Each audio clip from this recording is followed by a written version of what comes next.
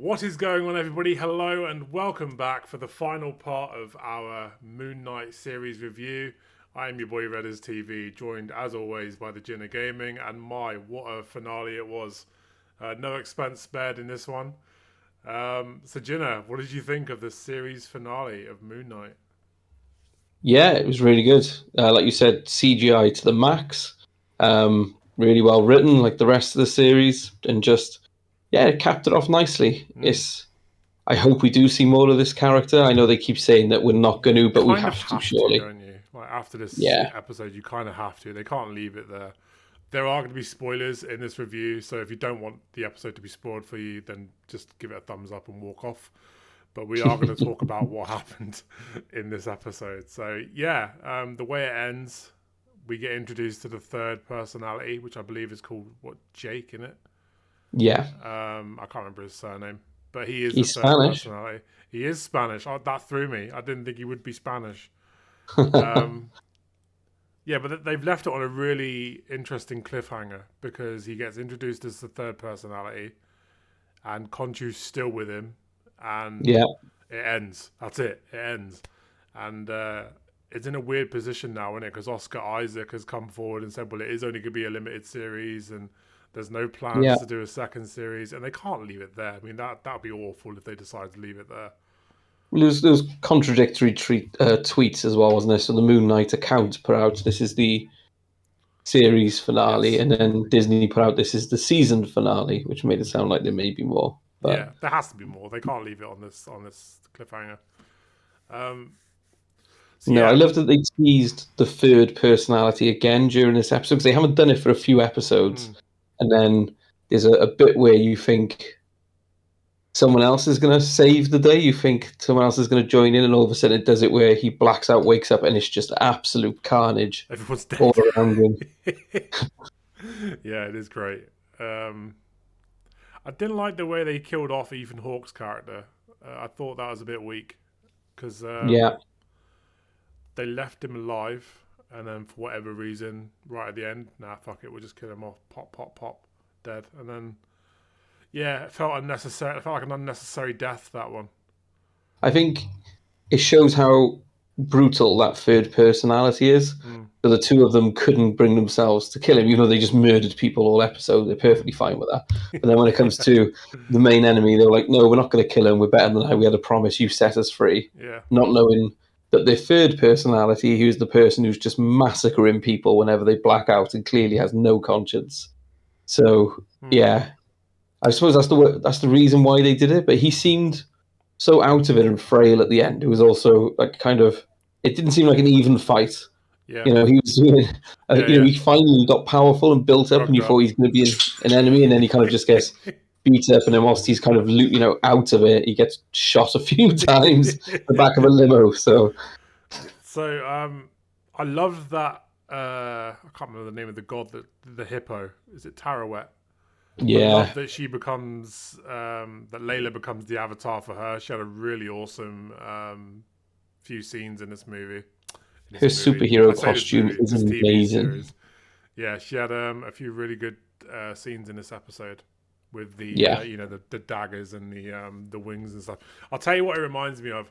I play a lot of Smite, and the design on her costume reminds me of Eset's in Smite. It's very similar. She's got the whole wings that come out with her arms, and it just looked a lot like that. So that was the impression that I got. I had to go back and look at who the hippo was because I was sure it was Iset, because that's how she looks in Smite. But no, she has a really cool couple of scenes, and the one scene that stood out for me in particular was when she's like stopping that car, and I think there's a little girl gets out, and she says, "Are you an Egyptian superhero?" And she turns around and says, "Yes, I am." That was such a cool moment. Yes, I am. Such a cool moment. It's good representation there. I didn't quite get at that point.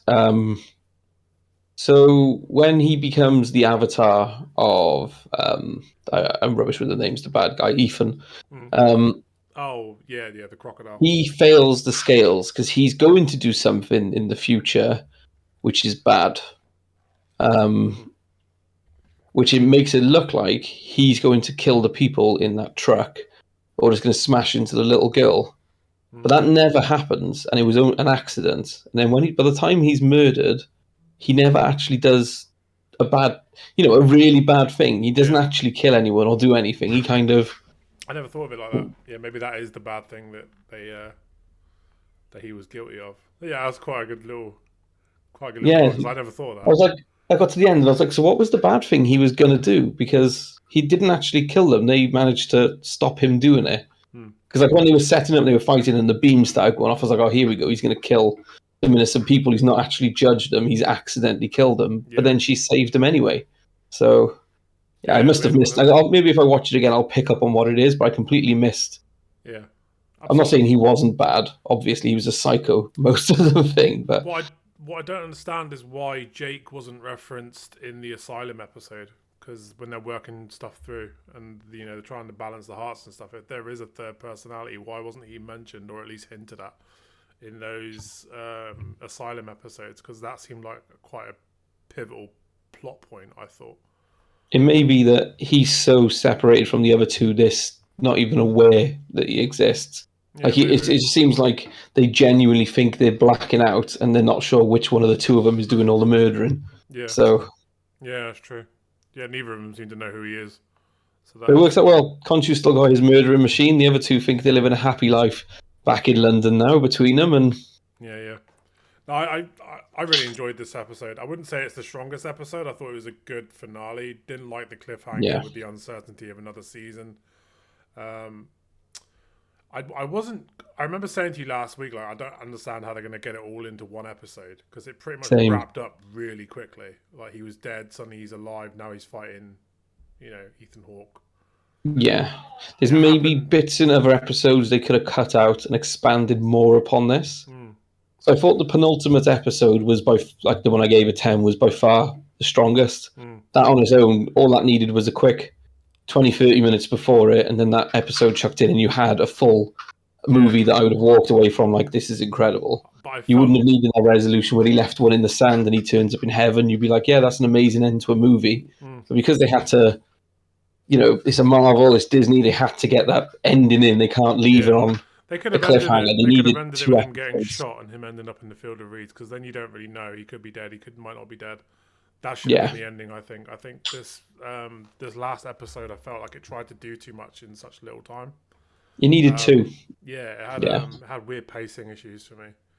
It just felt rushed. It felt like, oh, okay, here we go, boom, and then suddenly we're at the end, and It was the old days of Marvel have come back again. So the very first Avengers movie is like 2.5 hours or whatever, and it's like 2 hours of build up to what Loki's gonna do.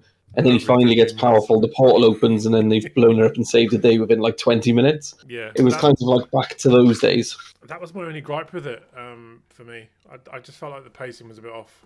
I would have happier seen that slowed down over 2 episodes and just explained a bit more, or just something else. Because like, you got to remember, like, when the episode started, Mark was dead, Stephen was lost to the duat, Herod had won, and in this entire episode, he goes back to the duat, rescues Stephen, makes his way back to real life. Like, Ethan Hawke's buggered off completely and gone to another temple. Conchu is now fighting Snake Lady, and now suddenly Mark's back in the real world. It all happened way too quick for me. It was like just boom, boom. It was like they were trying to tick too many boxes. In one big crocodile woman, right? The big baddie, when she eventually turned up. I actually really enjoyed her. She had like some good lines in the way she was interacting with Conchu and stuff, but if you cut out how much she was actually in it must be 7-8 minutes total. And most of that was them fighting in the background. You could see them fighting each other. So it was a shame that they weren't on the screen. Scene, though, to be fair, that was a cool scene. Were people aware of them fighting, or is this another one of these that was done in, like out of I think people were, because everyone stopped in the streets and started looking towards the pyramids. Oh, okay. Yeah, I didn't. That may be where the purple light and the staff, and they took the souls. But then she was eating the souls to get bigger, which is something I didn't understand, how Conchu got so big. So explain she needed the souls to get big and powerful, and he just decided, I'm just going to turn into a wrecking ball and smash around a bit, so the plot can happen. Yeah. But other than that, I enjoyed it. If I had to give it a score, I'm going to give this one an 8. I felt like this wasn't the best episode. It wasn't a bad episode, but I would give it an 8. For me personally, what would you give it? I'd probably give it like an 8.5, 9 maybe at most. The action scenes were great. Yeah. And it was rushed. It could have been split into 2. It needed a bit more because, like I said, especially with the bad guy, it felt like an old Marvel where there was so much build up, and then it was right. We'll wrap this up in a couple of minutes. Job done. Yeah. That's So, fair. So yeah, that pretty much concludes our series review of Moon Knight. Thank you for watching along. If you have made it this far, hopefully we'll be back if there is a season 2. Fingers crossed, because I feel like it needs one. But for now, you can catch us every Tuesday on XBL UK, and you can also catch our Halo review series on the Xbox Live Party Podcast YouTube channel. Slightly less people reviewing it as the episodes go on. But unfortunately, we're not on this week's episode because I haven't watched it yet, and Ginna hasn't watched it yet either. So it's just Ash rambling into the dark on his own about his disapproval of Quan, which I think is fair enough. But yeah, good criticism. Thanks for stopping by, guys. All the best, and we will see you for season 2.